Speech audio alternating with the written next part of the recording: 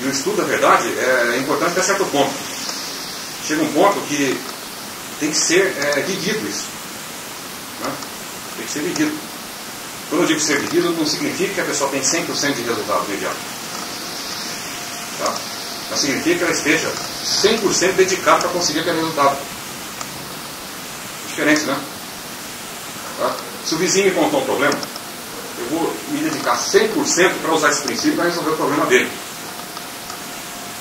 Não significa que vai resolver 100% dos casos do vizinho. A dedicação é que é 100%, não o fruto. Tá? Então, quando a pessoa se dedicar cada vez mais a esse 100%, os frutos vão acompanhando. Eles são mais lentos do que o aprendizado, porque a pessoa não abre mão dos condicionamentos de uma vez. Tá? Não adianta a gente ficar falando aqui, por exemplo, que Deus é o filho de todo mundo, que as pessoas pensam que é um filho dela e é filho de Deus. Se contar que foi o filho dela que não passou na escola, ela vai ficar mais nervosa do que se fala que é do vizinho. Sabe? São condicionamentos que estão agarrados ali na consciência. E não é pelo esforço mental que nós nos livramos deles. É pela graça divina. É por uma ação espiritual. É essa mesma graça divina que deixa as pessoas com contato direto conosco em harmonia, mais direta, para que nós possamos ter tempo para passar isso, para estender para a humanidade. Se eu tivesse pessoalmente hoje milhões de problemas pessoais para resolver, eu não poderia estar aqui. É ou não é?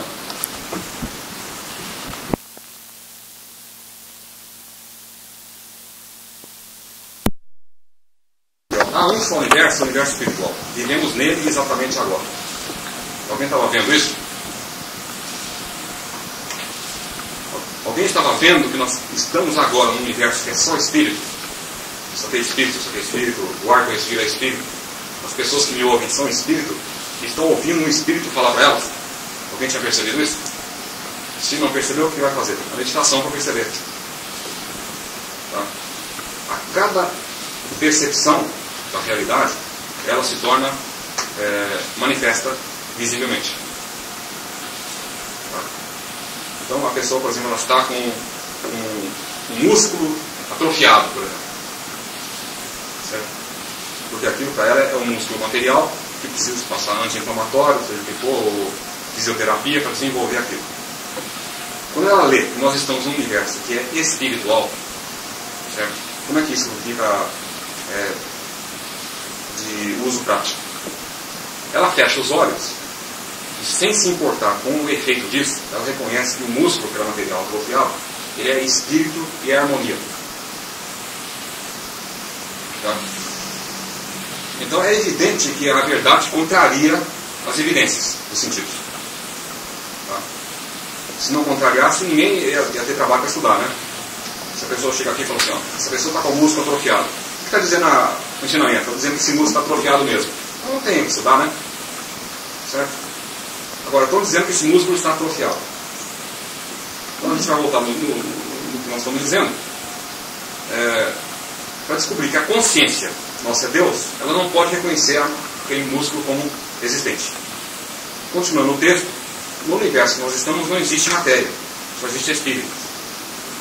Então a gente reconhece isso, aceita isso como verdade, e desta aceitação nós criamos o vazio interno. Que é uma pausa para aguardar uma revelação. Tá? Pode vir na forma de intuição, de um passo, de uma tranquilidade. Pode não vir de qualquer maneira perceptível humanamente. O fato é que sempre que há uma parada da mente para focalizar uma verdade, há uma atividade espiritual na nossa consciência, mesmo que não percebamos isso. Nós ficamos olhando o ponteiro do relógio, a gente não vê mudar, né? Certo? A pessoa fica aqui, ela não vê mudar, está mudando. A gente não percebe com os sentidos normais. Certo? Está havendo essa atividade espiritual na consciência. Quem está aqui hoje já fez isso antes, está formando esse negócio, chegou a um ponto e criou esse efeito de hoje. Tá? Eu vi isso aqui. É sempre assim, nós estamos criando dentro de nós a situação ideal para que aquilo surja evidenciado no visível. Tá? Não tem ninguém aqui hoje, mesmo que a pessoa pense que foi chamado por alguém, e foi chamado por alguém mesmo, é a consciência da pessoa que trouxe a pessoa aqui. Tá? De alguma maneira ela quis buscar isso, certo? Ela não sabe, às vezes até nem tem consciência. Teve um casal uma vez que teve em casa, a moça me ligou na firma, queria saber se eu tinha umas apostilas para emprestar, sabe? Que hora que eu sairia da firma e tal. Estava desesperada para pegar os textos. Aí, perguntou até que hora que eu ia sair da firma, que queria me esperar em casa na saída da firma. Né? Aí ela chegou lá com o noivo dela. Subiram os dois, estavam conversando e tal. Depois de uns 10, 15 minutos da conversa nossa lá, eu tinha perguntado se os dois tinham interesse. Ela falou assim: não, ele está só me acompanhando, que o interessado sou eu, né? Foi 15 minutos batendo um papo lá, e inverteu a coisa. Quer dizer, o que ela ouviu não era o que ele pensou, não foi o que ela pensou que eu diria, né? Mas foi o que o outro queria ouvir.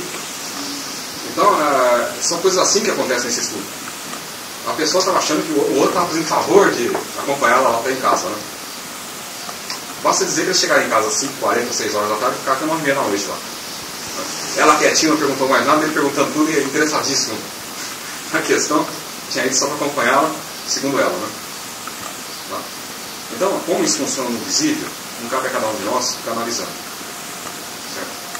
Agora, depois que passou aquela fase, se a pessoa voltar para analisar as circunstâncias, nós vamos descobrir a ação espiritual que está por trás daquilo.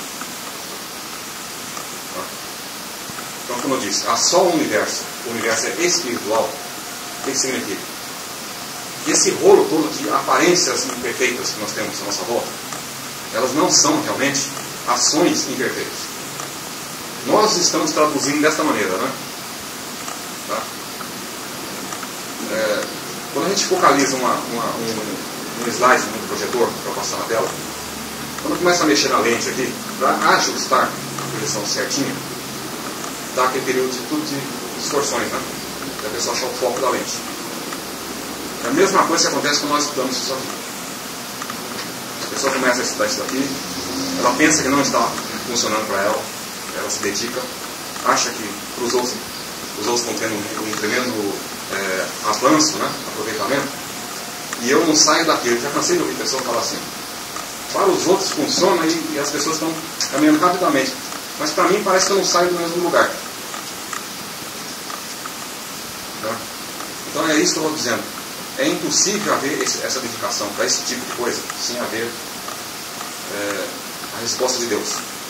Está na Bíblia isso também, né? Batei, abrir-se e gozar. Agora, não significa que a porta se abra e mostre o conteúdo que a pessoa acha que é o bem para ela, né? É aí que entra outro princípio, né?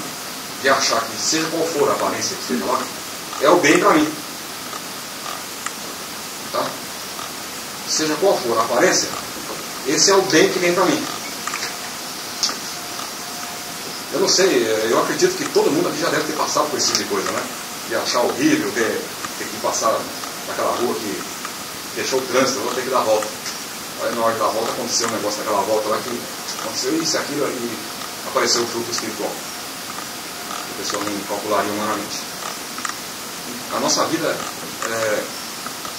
como eu faço meditação direta, a minha vida está regida por isso. Tá? Eu estou dizendo o que acontece comigo, porque eu acredito que esteja acontecendo com muitas pessoas já que fazem meditação. Tá? Essa vida pela graça, a vida sem preocupação e a vida com ocupação. Tá? Bom, como é amplo esse assunto, não? Coisa impressionante, né? Olha, eu ia comentar tudo que está aqui. Não vou comentar mais nada dessa parte de meditação, não. Então não passei esses dois parágrafos, né? Vamos parar para fazer uma meditação agora. Tá? E esse restinho da sua meditação aqui, vou deixar para ela se divertir depois, tá? A gente comentar um pouquinho essa outra parte aqui. Mas Aproveita então para saber o seguinte: como que se estuda a verdade com o papel na mão? Não é assim, ó. Ah, essa folha eu já li, hein? Esse eu já tenho e já li. Já escutei assim também. Eu li, você não faz questão, né? Eu já passei para outra pessoa para aproveitar, porque eu já li. Eu, lógico que eu não faço questão. Mas que é engraçado é, né? Eu recomendo o seguinte, ó, quando for passar para alguém, tire em cópia, guarda o seu, porque não tem frase aqui, o professor lê uma vez só. Tá? Eu vou ler também. Porque eu dou o exemplo de mim mesmo, porque quando eu acabo de escrever um texto, eu vou ler o texto. Acho que quem mais lê o que eu escrevo sou eu, né? Parece piada isso daí, né? Quem mais lê, porque eu tenho que ler para fazer revisão, aquele negócio todo, né? Mas é curioso daqui, quanto mais a gente lê isso daqui, mais a gente vê o que foi que fluiu da consciência. E quando a gente vai ler, usa o intelecto. Né? Mas quando foi escrito, não é o intelecto que funcionou. Se eu for escrever um texto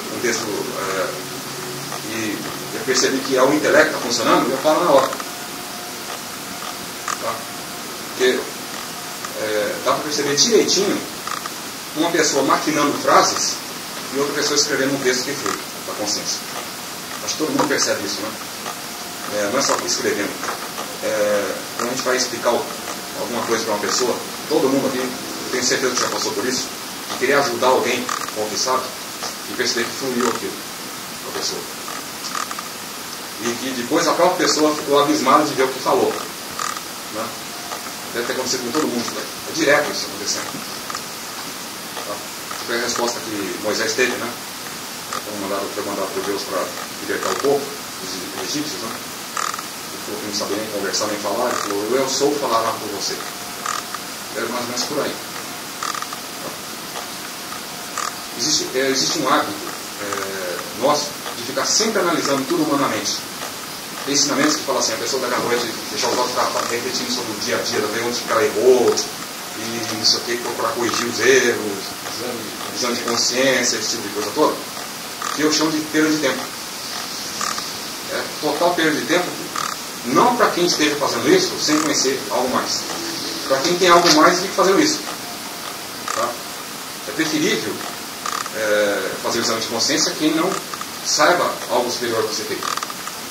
Mas quando ela sabe que naquele tempo que ela está gastando para aquilo, se ela parar os segundos destinados para aquela reflexão, para reconhecer a consciência de Deus sendo a consciência dela, deve permanecer no silêncio, a ação espiritual vale muito mais do que a humana ali. Além do que, o sono dela vai ser muito mais agradável, né? A pessoa dormir sabendo que a consciência divina é a minha consciência, do que eu preciso corrigir esses erros, não, eu vou evitar de fazer isso de novo. Tá? Existem ensinamentos muito bem intencionados que foram trazendo verdades relativas às pessoas. Eu não tenho nada contra isso. Eu acho que nada acontece por acaso, que cada coisa tem o seu devido lugar. Né? Mas quando nós temos algo absoluto para ser estudado, tem que ter cada um para analisar que tipo de coisa faz. Né? Não existe certo e errado, existe o que funciona e o que não funciona. Né? Tá? Eu acho que nada funciona mais do que reconhecermos a onipresença de Deus em qualquer circunstância. E essa onipresença tem que incluir no nosso ser, senão não tem graça. Deus é onipresente, né? Então, eu estou aqui, Deus está onipresente. Então não é Deus, eu sou essa onipresença, porque eu estou dentro. É essa que é a paz que ultrapassa o entendimento. Bom, vamos fazer uma meditação agora. Da seguinte maneira. Existe uma frase na Bíblia que diz assim: derramarei do meu espírito sobre toda a terra, diz o Senhor. Então está assim: derramarei do meu espírito. A Bíblia foi escrita para as pessoas do intelecto analisarem e captarem o sentido real espiritual. Tá? Quem está vinculado com os textos que eu escrevo, está vinculado a ver o seguinte: que o tempo não existe e que a ação de Deus, passada, presente e futura, já está manifesta agora, mesmo que nós não estejamos percebendo humanamente isso. Tá? Então, essa frase, Aliás, esse ponto de vista não é um ponto de vista pessoal meu, né? Isso é uma revelação. A ação divina, ela já está feita. Tá? Quando nós meditamos para reconhecer esta ação divina já feita, e reconhecendo que, como ela já está feita, ela é a única atividade, nós meditamos para quê mais? Para saber que a nossa atividade é esta ação, tá certo?